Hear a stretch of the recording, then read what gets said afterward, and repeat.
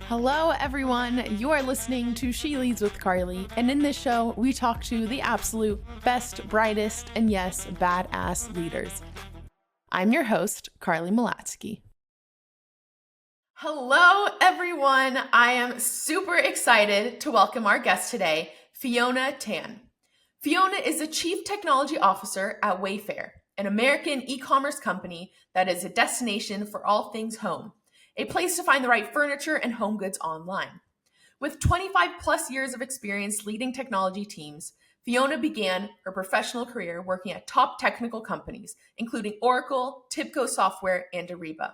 At TIBCO, she rose up to be the Vice President of Engineering in her 16-year tenure at this intelligence cloud data company.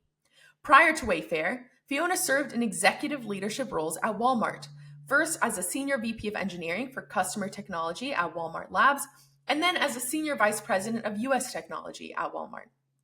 Fiona earned her bachelor's degree in Computer Science and Engineering from MIT and her master's in Computer Science from Stanford University. Fiona, it's such an honor to have you on the podcast. Welcome. Thank you for having me. I'm really excited about this time. Of course. So Fiona, what I love to start off the conversation is tell me a little bit about your childhood. Where are you from? What was 5-year-old, 10-year-old Fiona like? Yes, well, I grew up in Penang, Malaysia, and Penang is a small island, very, very small, northwest coast of Malaysia, and that's kind of where I grew up. And it was a former British colony, so there was some, I guess, more British aspects of kind of growing up in a kind of hodgepodge of, there were Chinese people there, Indians, so a lot of folks that settled in Penang and in Malaysia from, different parts of, mostly in Asia, but still different sort of cultures. And that was the background that I grew up in. I moved to Singapore when I was 9 with my immediate family. And a lot of it was around Singapore was looking for teachers at that time. This was, Singapore's a fairly new country. It separated from Malaysia. And my parents are both teachers. And so we took the opportunity, moved to Singapore. It has a great education system. And then I eventually came to the US to go to college as a foreign student. But you asked about what 5-year-old Fiona, my childhood nickname was Rascal. So maybe that gives you a little bit of a, look into kind of how I was. I was that kid that kind of couldn't sit still. That was one of my things. I wanted to be in everything, running around constantly. And so, yeah, that was my nickname. I was Rascal. I love that. And so my guess, given that both of your parents were teachers, did they instill that importance of education, and did that pass through you, that passion for studying? Yeah, I think in general, I would say it is, it was certainly a very cultural thing anyway, where we grew up. Education was always something that, even in families where perhaps the parents weren't quite as educated, I think education was very much thought about as the way for the next generation to succeed, have a better life, etc. So that was always already a cultural thing. And you top it off with both parents being teachers. It certainly was very much part of my upbringing. Was just that was something that my siblings, it was a big emphasis was on education. The other part that was interesting, and that was the part that was maybe a little bit different for me and my family versus others, was my dad played a lot of sports growing up. He was a very good athlete, and especially in tennis. And so it was a family thing, right? So besides studying, he also was very much, he believed very strongly, and I actually really appreciate and grateful for him that playing a sport and doing that really well was also very important in sort of the general goodness in terms of building you up as a person. And so my siblings and I, we played tennis from pretty young. My father coached us. I played all the way through college, played a little bit after college, but it was one of those things where we knew it wasn't a thing where I didn't think that I was ever going to play tennis professionally, but to be able to still play it competitively, and it brought a lot, I think, in terms of just my journey in general as a person. But certainly, I think if I look even at my career, I think the the sort of rigor of playing a sport, competing, time management, etc. And it's something like tennis where you're trying to figure out, how to beat your opponent. I think those things are really important skills that I've used throughout. Yeah. And we'll dive into it even more because I'm sure there are so many skills that you've implemented and that draw a parallel with, leading these tech teams at these big companies. So that's incredible. But even before that, was it very clear that you were going to go study in the US? Because you mentioned you were in Singapore and you made your way to the US to MIT. Was that a very clear, easy decision, or was there some friction in that? Yeah, so the interesting part about my family is my maternal grandmother actually worked for the U.S. Embassy in Penang. She was the U.S. Information Service. The embassy was actually in KL, but her job was actually around advising and helping kids who wanted to study in the U.S. So she had done sort of business trips to the U.S. and visited all the colleges. So, which is very unusual. Again, we're a British colony, right? Ex-British colony. So most kids who were going to go away to college went to England, Australia, because that was sort of how our education system was sort of preparing us for. So it was a very kind of a little bit at that time, especially anomalous decision that I wanted to make. But I was very much influenced. My grandmother and I were very, very close. And so she definitely influenced the choice around picking, coming to the US to go to college. And partly also it was just sort of my personality. I always was very intrigued about the adventure of going away to college. I think I remember even when I was like the little 7-year-old, 8-year-old, I think in Penang, I told my parents I wanted to go to boarding school in the UK, and they're like, no, you're not.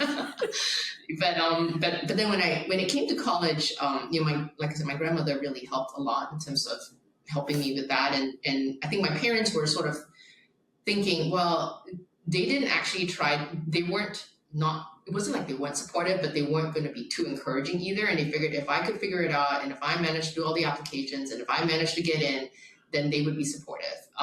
And so that's essentially what happened. And so I, got in and packed my little bags and went away. And this was the times when, in those days, I'll date myself, but like, we didn't do college visits, and I had never been to the US before. My one maternal grandmother had, but none of us had otherwise. So you land in this extremely different country for the first time, and you go to college. And so it's a different experience than it is now. I mean, we're so much more connected. The world is so much smaller now, right? That it sounds weird, but I had that Peterson's Guide to Colleges. It's a big book, and that's what I looked through to decide which college I wanted to go to. That is incredible. And it seems like you mentioned, when you wanted to go to boarding school, it seems like you've always had maybe this sense of independence or curiosity to go explore. So that's amazing. So I mentioned in the intro, you studied computer science and engineering. And obviously this, gave you a great platform for the rest of your career. When were you first introduced to coding and computer science? And was that an initial spark in that passion right away there?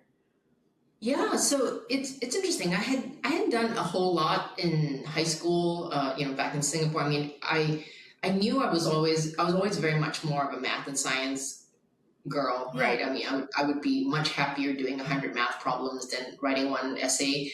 And so I was always tinkering around, but and during those times, right, it wasn't really something that would pop in someone's head right away. It wasn't a natural choice. But when I went to MIT and kind of took my first coding class, it sort of just like this spark went off in my head, or my light bulb went off in my head, and I was like, this is great. This is like puzzle solving.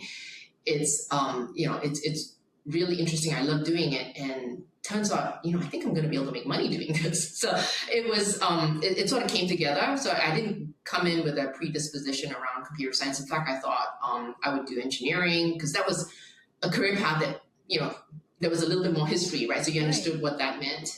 But when I found that I actually really preferred computer science and the little bit of the creativity around that, and again, a lot of it's around optimizing problem solving, which I I had a penchant for, and just I still enjoy doing. And you find it also just in other parts of your life. I'm constantly trying to optimize, right? Like which line's the shortest, how's the best way to get a good price on something. I'm always trying to figure out, or a recipe, right? How do you make it better? I'm constantly doing that. So I found that this was a career path that was sort of a good fit, I think, for my personality and my interests. Yeah. And Fiona, mind you, I love first you talk about it so, casually, right? Like, yes, doing computer engineering at MIT, which is one of the top schools in the country, mind you. And so I want to know around this time, it was around the early 1990s, maybe a little bit before. What was that environment like? Were there many other women like you in the class? Like, was it a very independent experience, or were you able to actually lean on others? Yeah, so there weren't very many women in computer science and engineering. I remember there were three of us that did a lot of classes together.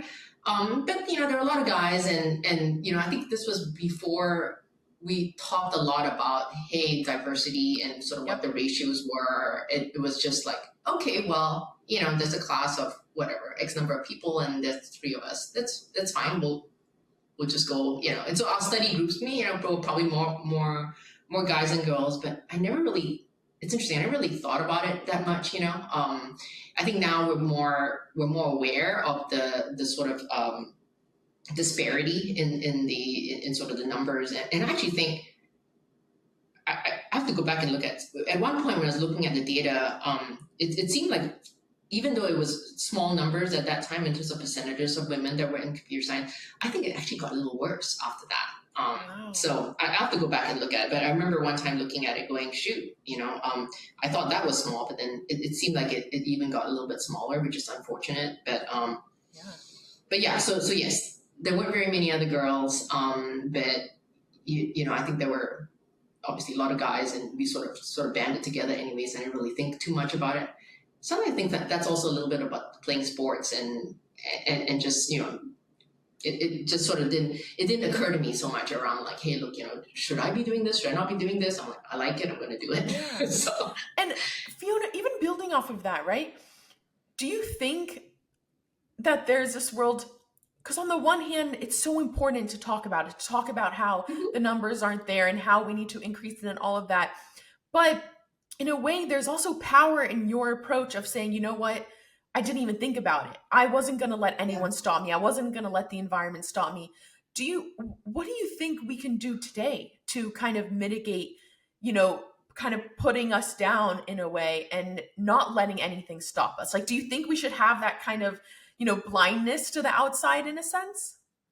It's so hard because I think there are aspects of, for example, me being a little bit, just maybe ignorant or whatever, just not really understanding the whole landscape around me, and maybe in that little bit of ignorance that was it was actually maybe helpful.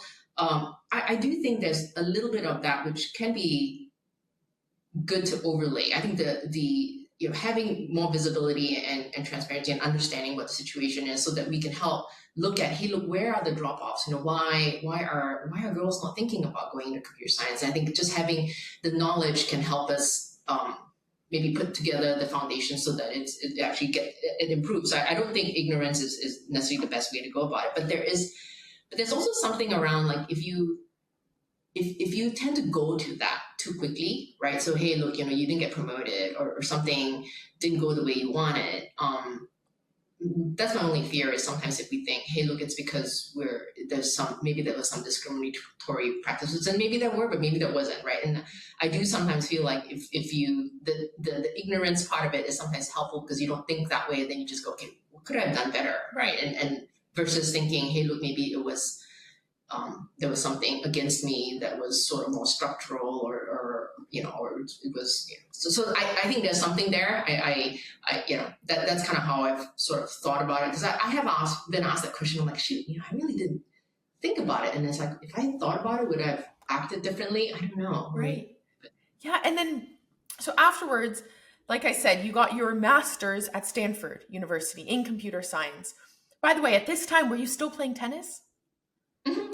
I was playing, but I'd already used up my eligibility, Yeah. my 4 years at MIT. And then, so I, there were a lot of grad students who were sort of on tennis teams and other places too, similarly. So there was a tournament tennis class. I don't know if that was on when you were there.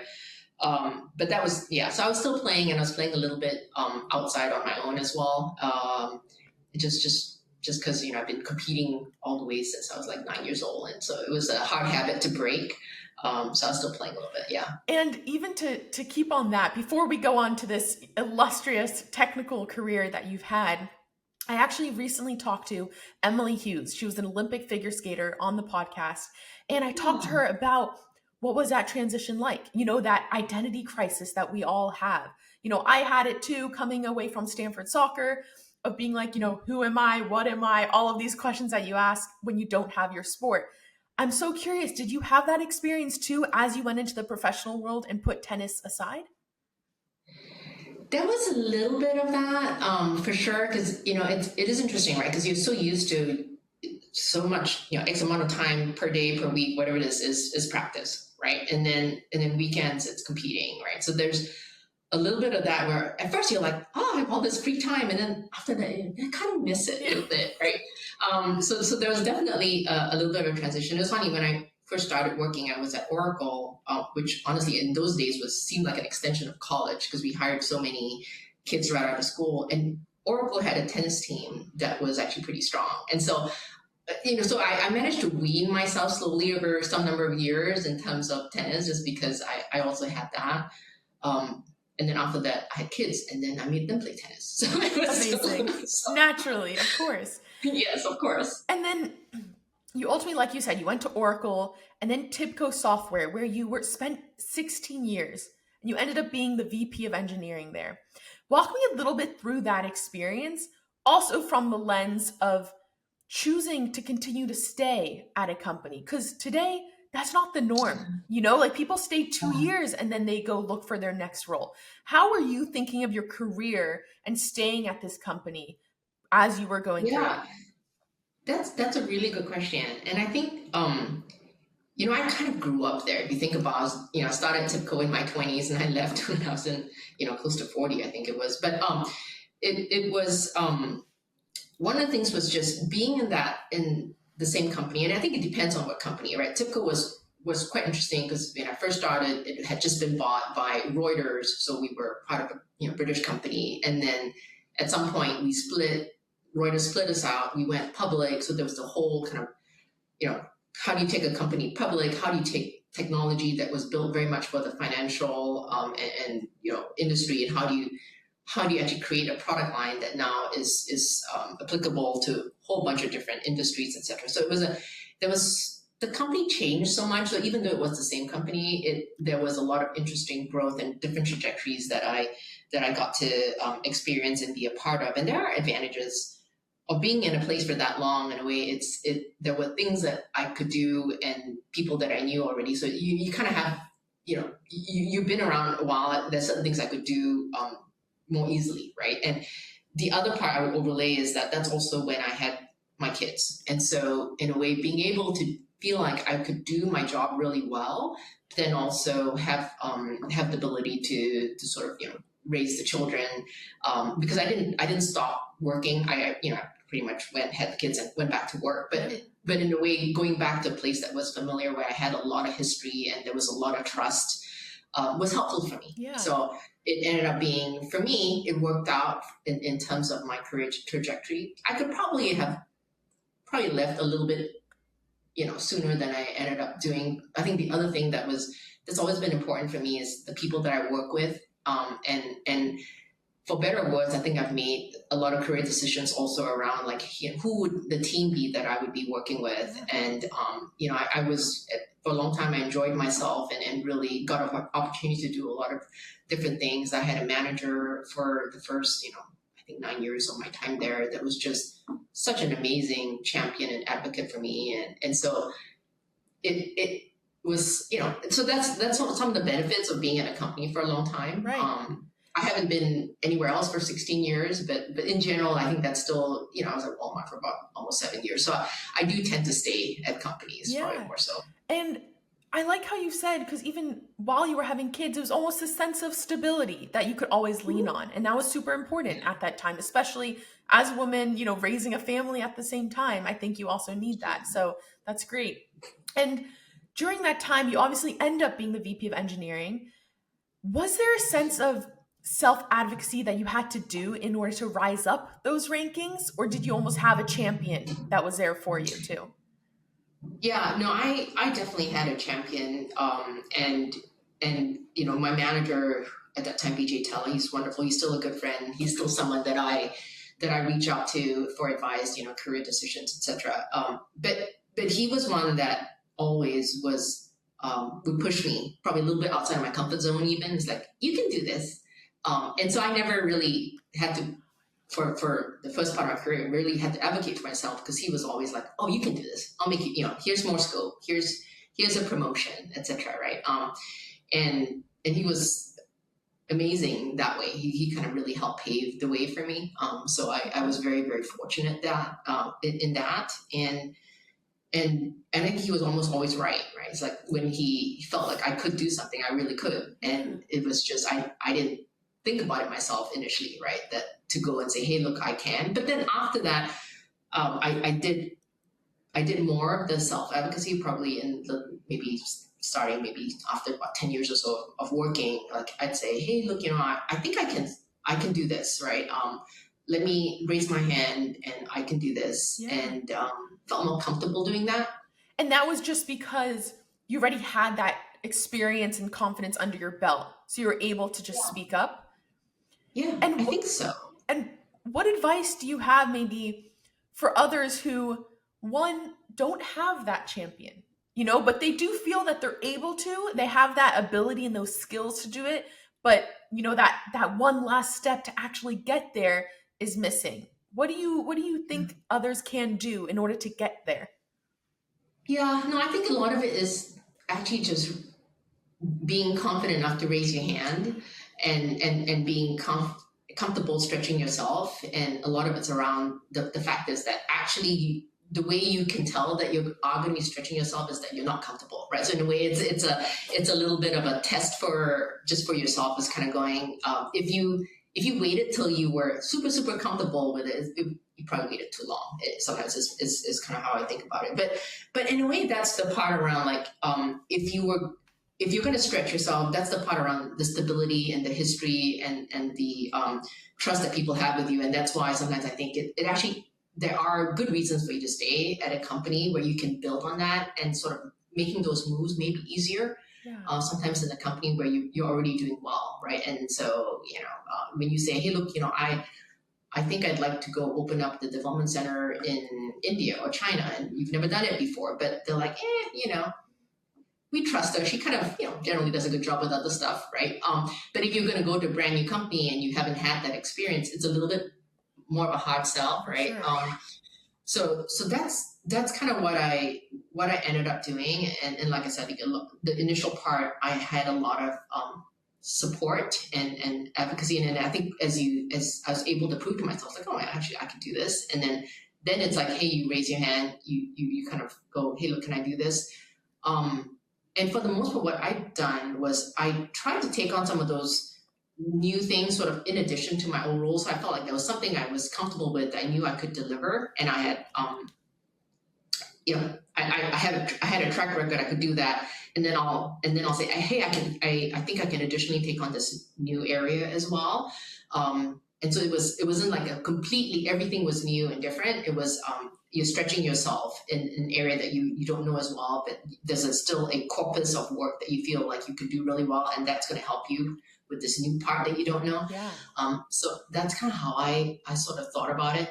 I love that. I really like that framework, because it is something that we can take with us of, you feel that you're maybe getting too comfortable. So what is next? That you're going to learn something new, but then, there is that familiarity. You've done something of that new job before. So it's almost finding that balance, but ensuring that at the end of the day, you're still learning and growing and being a little uncomfortable, which is great. Yeah. So after TIBCO, again, 16 years, and then you end up going to Ariba and Walmart.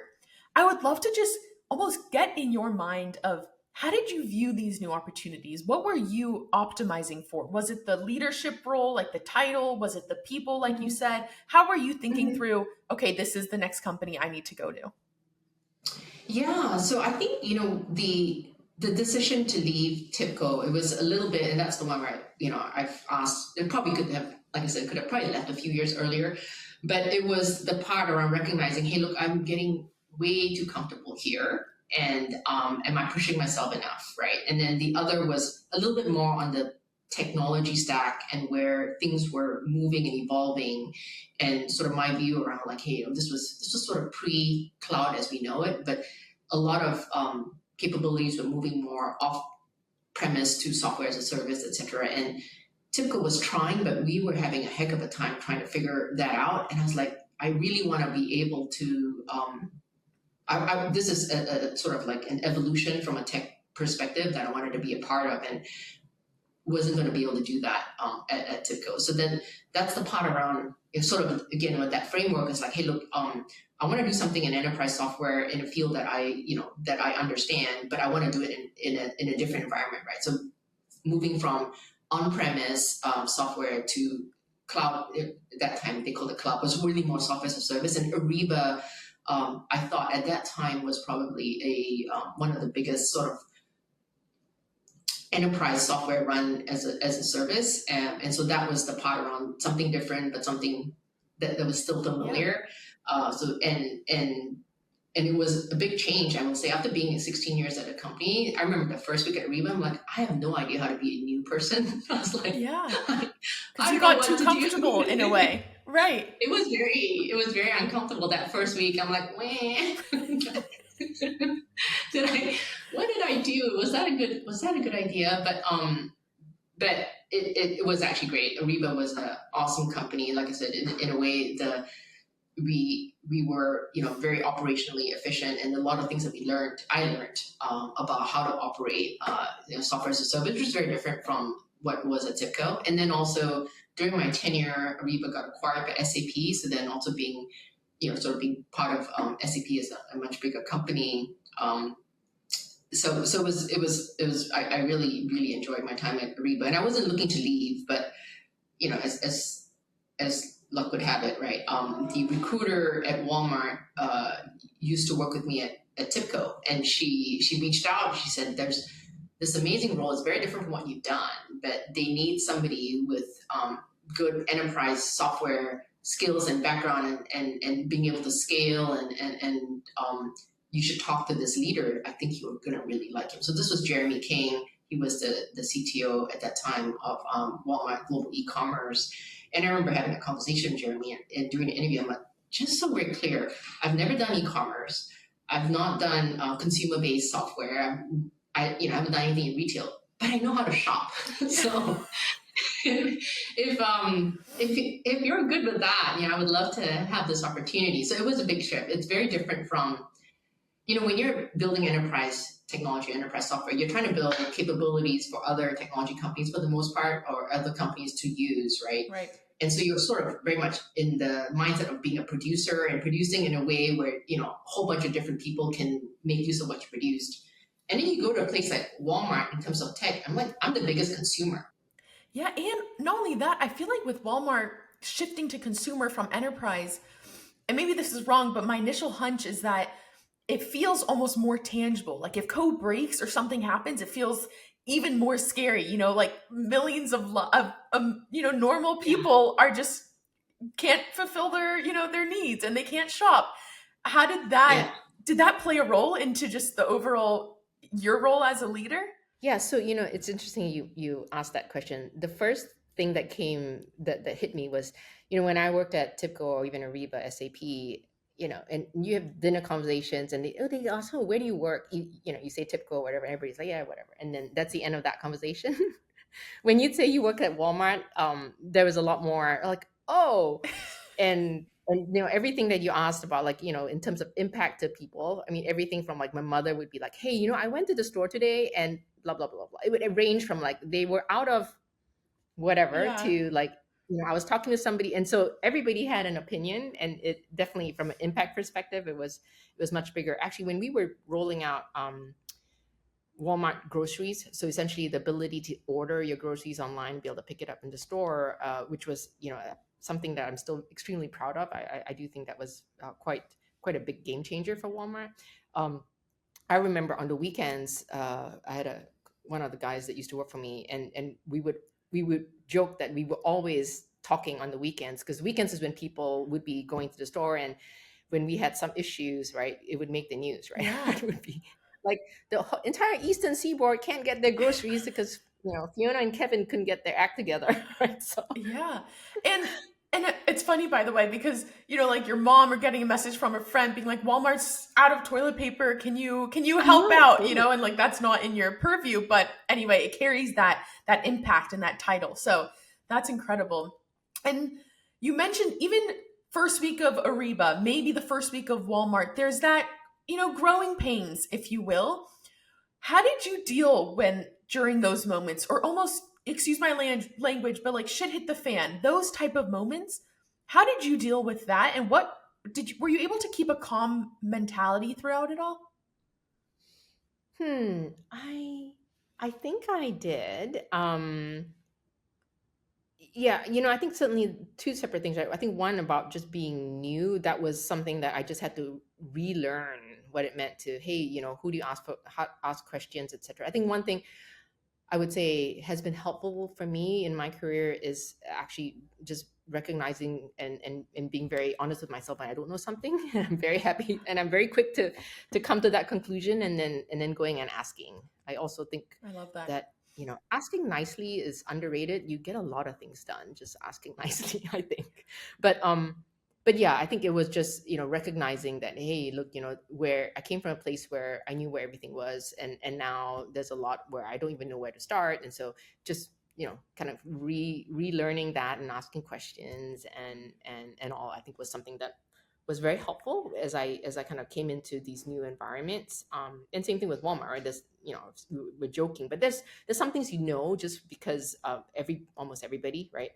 90% of the U.S. population shops at a Walmart at least once a year, right? So the large part of the country, we all have experienced Walmart. So I had that experience as a consumer, and so there were things that I understood, but then there were a lot of other things that were new, Yeah. and so it's just being honest about, like, and I guess that was the thing. I never felt too nervous about asking questions. I've always felt like it's just better to ask, Right. and do the research, ask, and it just sort of saves a lot of time around, like, I don't have to pretend that I know when I don't know. Yeah, So for sure. yeah. And you've obviously, I'm guessing you've hired a bunch of people throughout your career.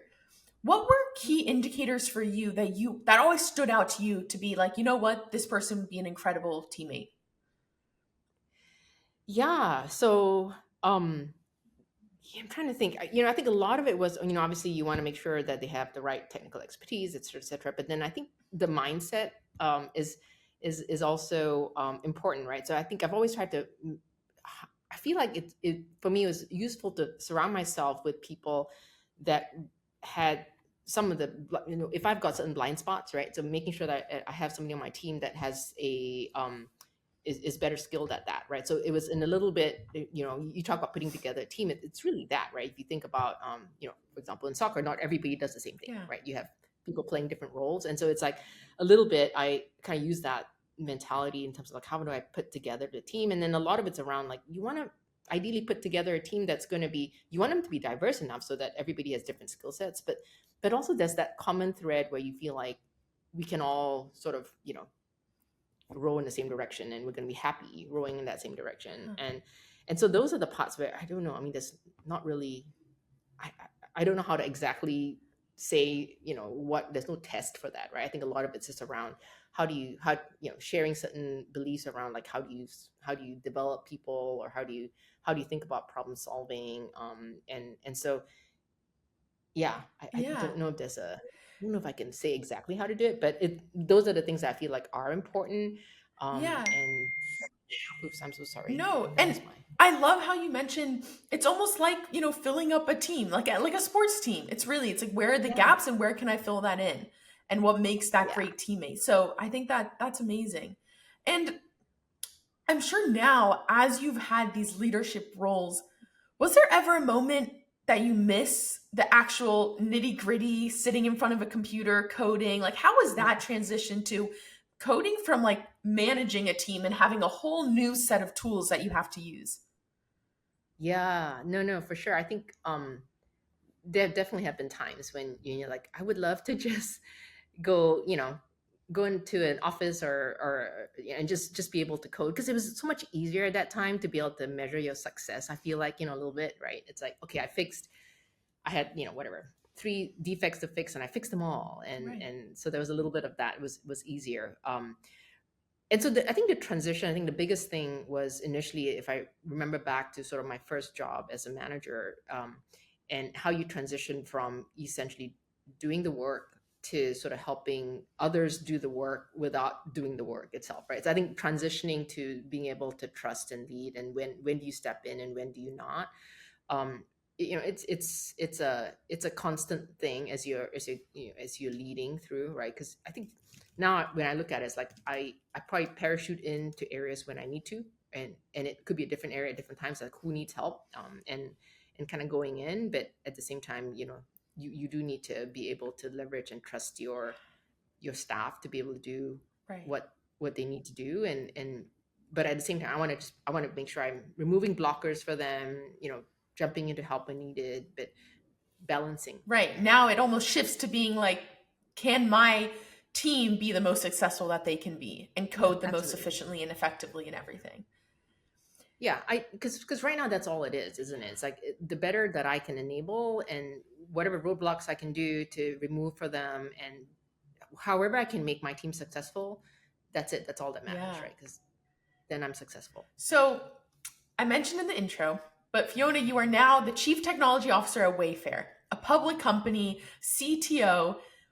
How is that? Tell me about that experience of being at the top tier you can get to at a public company. What is that experience like and how has it been for you? Yeah, it's been exciting.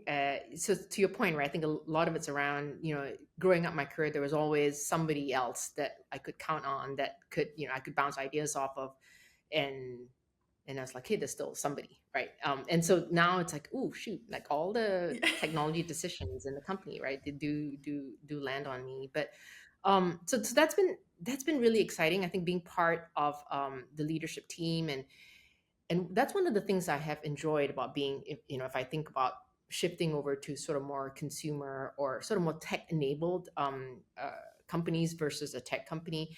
There's so much interesting, you know topics going on in the business or the operational aspects of Wayfair. Because Wayfair, I mean, obviously at the end of the day, we want to make sure that we help everybody everywhere find the perfect items for their home, right? But it's not a tech, I mean, we use a lot of technology, and we're a very, very tech forward company. But the end that you're trying to achieve is still, is still something that's not tech, right? Yeah. And so that's been interesting. So what I found to be, especially in a company like that, understanding the business, and the everything from the economy to the how the sector is doing, to kind of translating that to how can I best use tech to help enable that, or operations, right? We've got fulfillment centers across the country. We're trying to ensure that we can get, so we've got folks that are working in the fulfillment centers, and providing customer services. So what are things I can do to help enable them, is also super important. So the thing that's really neat is being part of a leadership team that, you sort of depending, all the functions are depending on each other to kind of, at the end of the day, it really is that. It's like, I want to make sure everybody everywhere can buy something for their home Yeah. that they feel like is really special to them. And what would you say on the opposite side? What is the most challenging aspect of being in this type of role? It also is, and it's interesting, right? Because I've talked about this sometimes to my technology team. It's also understanding when in a way, like when good enough is good enough, right? Because I don't need to have the the world's best technology architecture. It doesn't. I don't need to write papers about it, but I need to make sure that it is good enough and it's very solid. But at the end of the day, it's also still like, hey, there's a long tail potentially. Sometimes it's important to do, and it's just trying to understand where you draw that line. I think has been an interesting one, right? Because it is different when I actually, I think honestly, in general, I think understanding when good enough is a very important skill to have in life in general. But I Yeah. think also for technologists, because a lot of times, we're as engineers, we're like, we want to get it perfect, perfect, right? And like, actually, you know what? Perfect, perfect is not what we're going for. We want to make sure that we're getting it good enough because you need to enable something, right? And so having that balance, I think, has Wow. been an interesting thing to kind of continue to work through. I really like that. I haven't actually heard that yet of that concept of good enough, because often when you get to that level, it's common to be a perfectionist or have this in your mind where it has to be perfect. And only that, you're Yeah. relying on others to get to that level of perfect. But it's realizing and recognizing that, you know what, it's not, sometimes speed matters, and sometimes you have Yes. so many consumers that you're gearing towards. So it's almost reaching that level of good enough. That's so interesting. I really like that. Yeah, I think a lot of that too is, again, when you're working, you're running a business, there are constraints, right? Meaning that, hey, look, if I can do this more efficiently, I can, the business can do better, right? So you have some constraints where you do have to kind of go, well, there are diminishing returns past a certain point. And so you need to be able to recognize that and go, actually, that's good. That's why the good enough is important, because then you can go, okay, now that's good enough. I can do something else. And because that something else will get me more incremental value. And I think sometimes the concept of the fact that you do have constraints sort of it's actually an important and valuable thing, because I think it forces you, right? It's a good forcing function to be efficient, to be innovative about, like, and also to be able to call it when it's good enough. Yeah. Fiona, when you look back at your career and even talking through it now, do you wish there were moments that you did differently throughout your career? Yeah, I'm sure there are many. There are certain everything from, like, oh, we thought some of it is just like, hey, there were projects where we had a lot of conviction that this was going to be the right thing to do, or it was going to give us so much value, and it didn't. I mean, there's definitely a, a bunch of those. I think a lot of it's, again, back to calling it, pivoting, and just realizing when, hey, look, you gave it a good effort, you're not seeing the results you expected, and almost giving yourself the grace to kind of go, it's okay, pivot, right? Because that's one thing I feel like is also important, is you don't keep going down a path because you're not willing to give up Right. an idea. I would say so there have been a bunch of those, and I've found that there are really just great learning experiences, right? Yeah. To being able to sort of take that and kind of use it for the next time around, and I think calling it and just kind of going, okay, that was a bad call. Right. I thought that was a good decision, clearly not, and just having those very honest discussions early on when you realize that that's it's going awry has been Yeah. important as well. And we touched on this a bit when you were studying at MIT and Stanford, almost the environment and how you and three other women, maybe two other women, were in the classroom. And I want to know, obviously, there aren't many female CTOs either, and you've really been a trailblazer in that sense, and like sharing your story. That's honestly such a reason for She Leads, is to share this story and almost inspire these women to get to that role. Where do you see that women can do more, or at least advice for women to enter STEM, but then also stick with it, and continue down that path? Where do you think we fall short? Yeah, such a good question. I think I do think beginning early on, I would say from like middle school for girls is where we start, I think, the problem, right? Because I have a daughter, and I saw that, and that was the big difference in her, how she grew up, and versus for me, is like, I never, growing up in Penang, math and science, just culturally were always things that there was a lot of emphasis on, just culturally, with the Asian culture, very big emphasis on that. It didn't matter if you were eventually going to be a scientist or a teacher or a dancer, whatever. Math and science was still important. It just was the grounding. That was sort of like the philosophy of education. So I never questioned it, and I always loved it anyway, so it was no big deal. But I realized after talking to, as watching my daughter grow up, that the cultural part here is almost the opposite, right? And you've seen movies where, stories about the girls who are like, they don't want to admit that they actually really enjoy math and science, and it is a thing, right? Because for my daughter, she was like, well, I'm actually good at it, but I don't think nobody else is doing it. All my friends don't.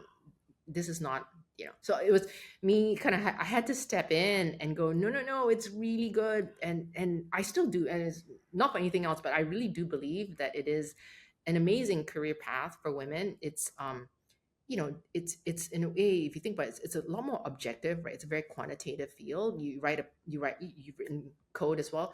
You write code, a guy writes code, it doesn't matter, right? The machine doesn't differentiate or give bias towards the guy who wrote the piece of code. So there's a lot of really good things about it. And so I think that's then it's like, just how do you approach and make it a interesting, exciting field for women early on Yeah. is super important, because if they don't think about it, then it's super hard to go into college, right? Say you didn't, and then suddenly decide you want. I think it's still possible, but it makes it a lot harder. And also by then, if there's a certain mindset, it's been sort of, Yeah. it's hard to make that switch. And then I think as people are going through their careers, one thing I found, which was interesting, because it happened to me, and is I think as women too, in general, I'm gonna make these generalizations, whatever, but like I do feel like we multitask better, because if you think about it, even in a family, right, with a spouse, you're still responsible for the household and the children, generally speaking, right? So Yeah. in general, I think we're much better at multitasking and organizing things, etc. And so sometimes I want to think it's well intentioned, but there have been times when I've been asked, hey, look, would you want to go into much more of an operational role, or a program management Right. role, and out sort of straying more away from technology into things that are more sort of organizational, because we've got good skills that way.